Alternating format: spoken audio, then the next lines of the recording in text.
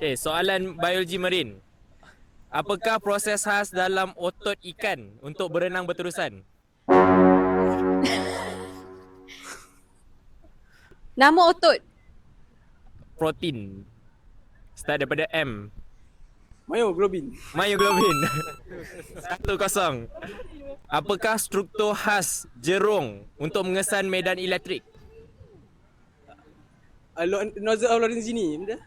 Nozzle of Lorenzini. Ampule. Ampule. Oh, bukan. Tak ada jawapan lagi. Ampule of Lorenzini. Lorenzi. Nozzle. Okay, 2-0.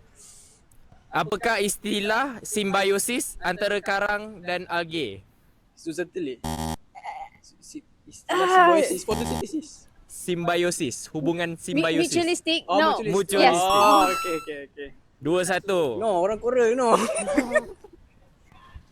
Apakah istilah bagi haiwan yang hidup di dasar laut? Deep sea. What? Istilah? Istilah. Term.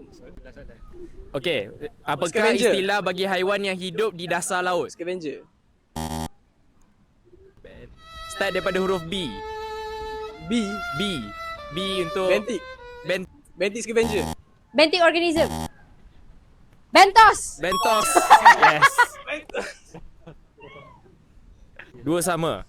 Okey, apakah istilah sisa plastik mikro di laut? Microplastic. Microplastics. 3-2. Apakah haiwan laut yang menggunakan echolocation? Whale. Orca. Dolphin. Dolphin. 3 sama. Apakah istilah tekanan oksigen rendah di laut?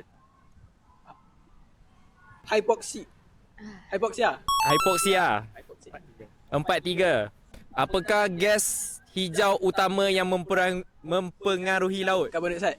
Karbon dioksida. 5-3. Congratulations.